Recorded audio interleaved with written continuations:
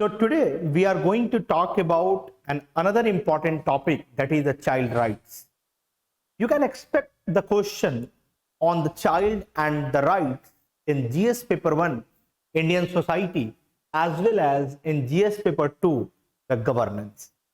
So before discussing the different aspects of the child rights, the very first question is, who is child?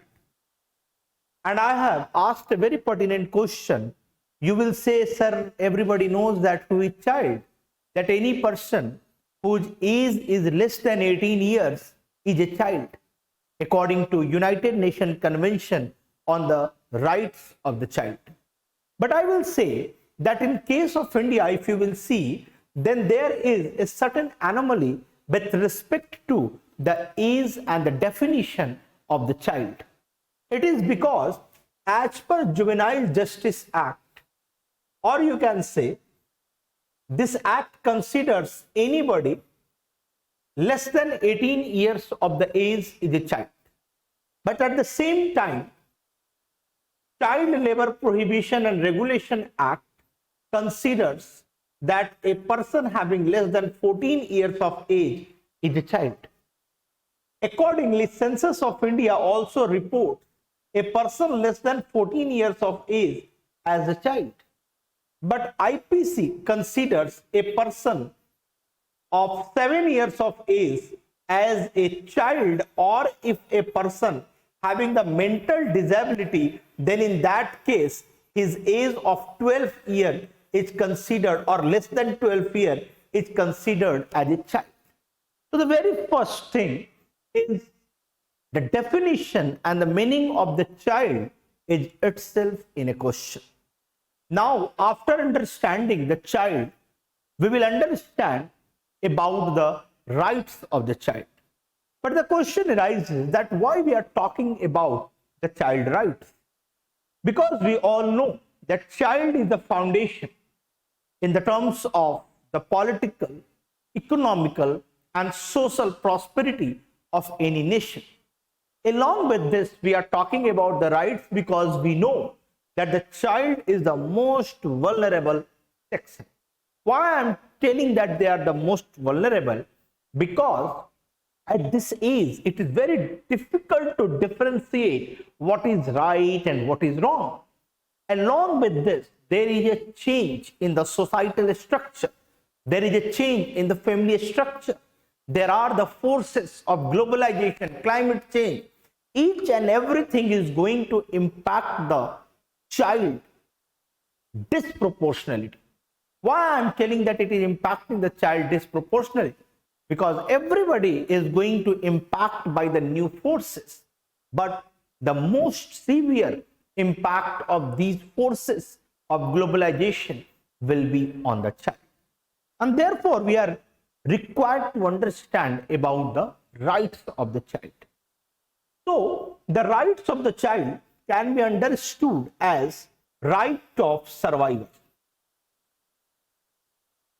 Second is right to protection. Third is right to participation. And the fourth is right to development. These are the different rights given by United Nations Convention on Child Rights. It is very important to conclude any answer on the child rights. Now, what is the meaning of this survival, protection, participation, and development? Is right to survival means that right to be born. Right to be born, because we know the incidences of feticide in India, that we kill the baby in the fetus itself. So right to be born. Then right to live with dignity. Right to live with dignity. These two rights comes under right to survival. Right to protection. Right to protection from both physical and sexual abuse. And second, right to protection means right not to be neglected.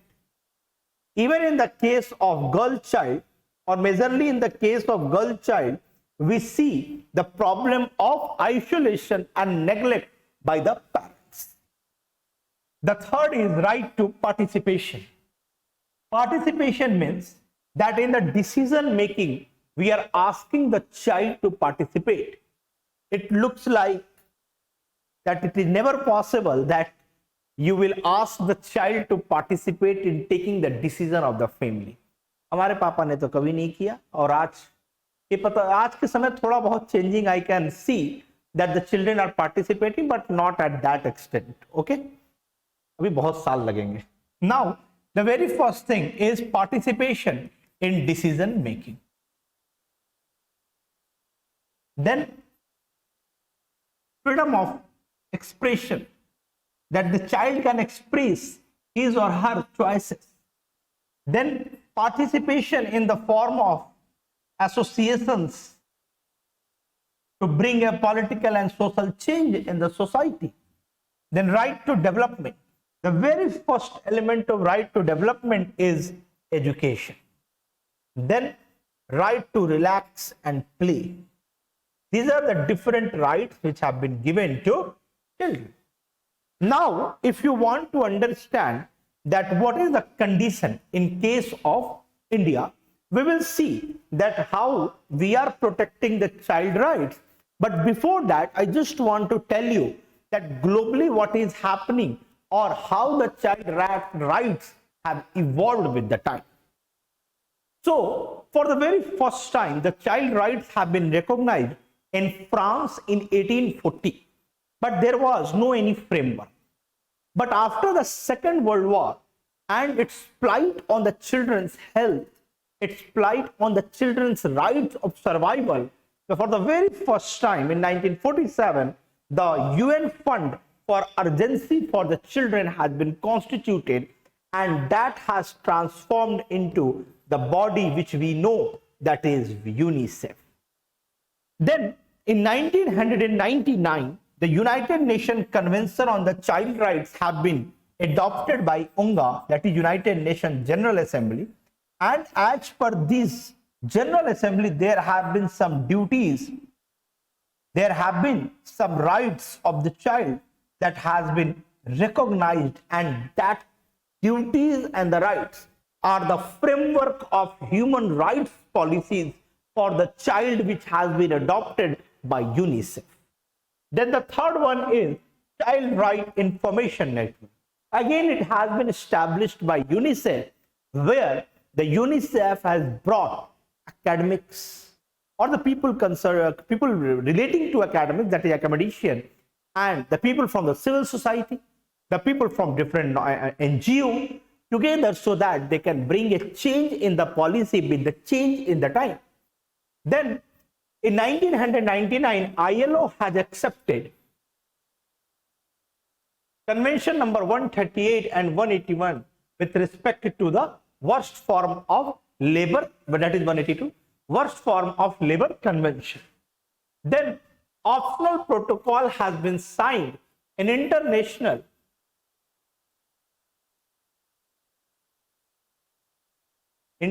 Center for Child Rights have been adopted, and this particular optional protocol looks into that child should not participate in any armed conflict. We have seen that how childs are being radicalized in the Pakistan, or in the Pakistan, to attack on India and against the Western world. So child should not be brought in the battlefield or in the armed conflict. We have seen what has happened in the case of Afghanistan. For that, we have an optional protocol for International Center for the Child Rights. So in this way, the child rights have evolved globally. Now, if you want to see that what is the condition of the child rights in India, so Constitution is the basic framework for the protection of the child rights. How? Because in Constitution, if you will see Article 21A, if you will see Article 24, if you will see Article 39E of Fundamental Rights and DPSP respectively, it talks about the prevention of the, or promotion of the, or protection of the child rights. Now, there are different laws and policy which we have, through which we are protecting the rights of the child. Some of the law that is important which you can use in examination is Juvenile Justice Act, Child Labor Prohibition Regulation Act, Bonded Labor Act, Suppression of immoral traffic of women and girls, immoral traffic that has been amended in 1975, immoral traffic of women and girls. Then Fox Code, Fox Prevention of Children Sexual Offences Act, Child Marriage Act, Prevention of Child Marriage Act. These are the different laws through which we are protecting the child rights. Policy, we have National Children Policy. National Children Policy that gives the guidelines for all the organization that there should be zero tolerance for sexual and physical abuse against the child. Then there has been a landmark movement or landmark development in the field of child rights, because we have National Policy on Education in 1986, 1992 and today in 1990. Then Sarv Shiksha Abhiyan, then Right to Education Act, Operation Blackboard. These are the different landmark events in the These are the different landmark events for the promotion and the protection of the child rights. Along with this, judiciary has also played a proactive role. For example, in Seema versus Ashwini Kumar case, it has been set by the court that it is mandatory for everybody to register his or her marriage in the state where the marriage is solemnized. And now it will keep a check on the child marriage. Along with this, another important case is Independent Thought versus Union of India case. In this particular case, the Supreme Court has criminalized sex with the minor wife. Criminalized sex with the minor wife. Okay, so these are the different things which you can write that what India did for the promotion, protection of the child rights. Now we will see that what are the different issues plaguing the child. The very first thing is of child labor. So according to census, there are 33 million child labor in the age group of 5 to 18 and 10.3 million child labor in the age group of 5 to 14. Child abuse, in every 8 minutes there is one child sexually abused, and according to UNICEF, 33 different kinds of physical and sexual abuse have been reported on the child. Then child marriage, about 16% of the child marriage in India is happening, and 1/3 of the global child marriage is in India. 1/3 of the global child marriage is in India. Understood? Child trafficking, approximately 44,000 child trafficking has happened as per NHRC data, and 11,000 are not reported, or you can say 11,000 are not yet traced. Child health, then under 5 mortality rate is approximately 41%, and infant mortality rate is 35 in case of India. It's not a percentage, it's an absolute number, 35 and 41. Then child and COVID. At the time of COVID, we have seen that in 2019-20 itself, or 2020-21 itself, we have observed that 22,000 trafficking has happened in India. Along with this, we have seen that how the child has been impacted because of the lack of mobile phones when the schools were closed. At the same time, we have seen that how the girl child has been made vulnerable at the online platform like Instagram, where there is someone who is grooming online and then abusing her, making her nude video and circulating each and everything. We have seen each and every mess up which can happen with the child. We have seen on these social media platforms. The child and the digital world. Again, the same thing, what has happened at the time of COVID, it is more related to the digital world where we have seen cyber bullying, where we have seen cyber hacking, where we have seen that how girls are being exploited. These are the things which you can mention as the issues plaguing the child rights. Now, we will see that why it is happening. The very first thing is socio-cultural factor. So it is because of the patriarchy or patrilineal or patrilocal character, you can say, of the society that devalues the girl child. The other social cultural factor is any abuse with the girl child is not reported because it is being considered as a pride. It is associated with the pride of the family. If someone will come in the public about the girl child, then it is being considered that the pride of that family has been lowered. These are the different socio-cultural factors. At the same time, there are laws for the child marriage, but if the law does not have social acceptance, then it faces the problem in its implementation. Then the political factor. We fail to evaluate the effectiveness of the scheme like ICDS. We fail to make an effective expenditure of the scheme like Nirvaya Fund. We don't have any credible data on PCP and DT Act. These are the problems. Economic wealth decides.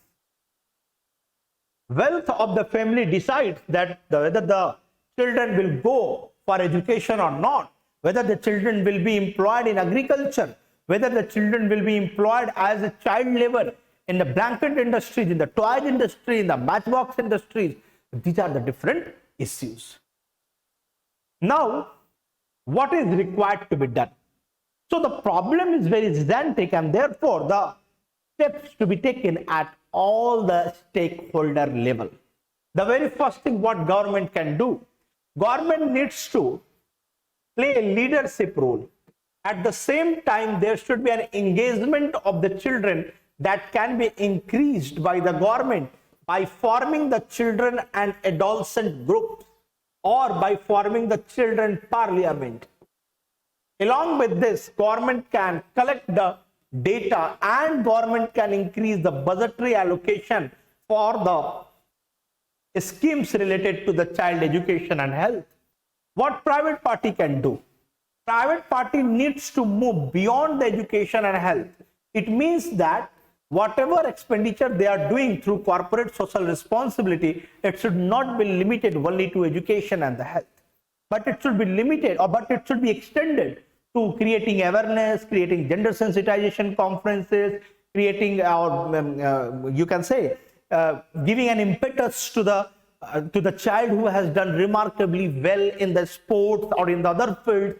These are the different things where private party can play its role. At the same time, private party can also ensure that I will buy the material from only those ancillaries who does not employ any child in the entire supply link or entire distribution link. I will not do business with those organizations who employs the child at any level. So that can be done at the private party. What civil society can do? Civil society can focus upon social audit, can engage parents, teachers, students, and create awareness. So these are the different things that can happen at the different levels. So now I think that you can easily address any question coming on the child rights. So these are the things which you are required to take care of. Okay. So thanks to all of you.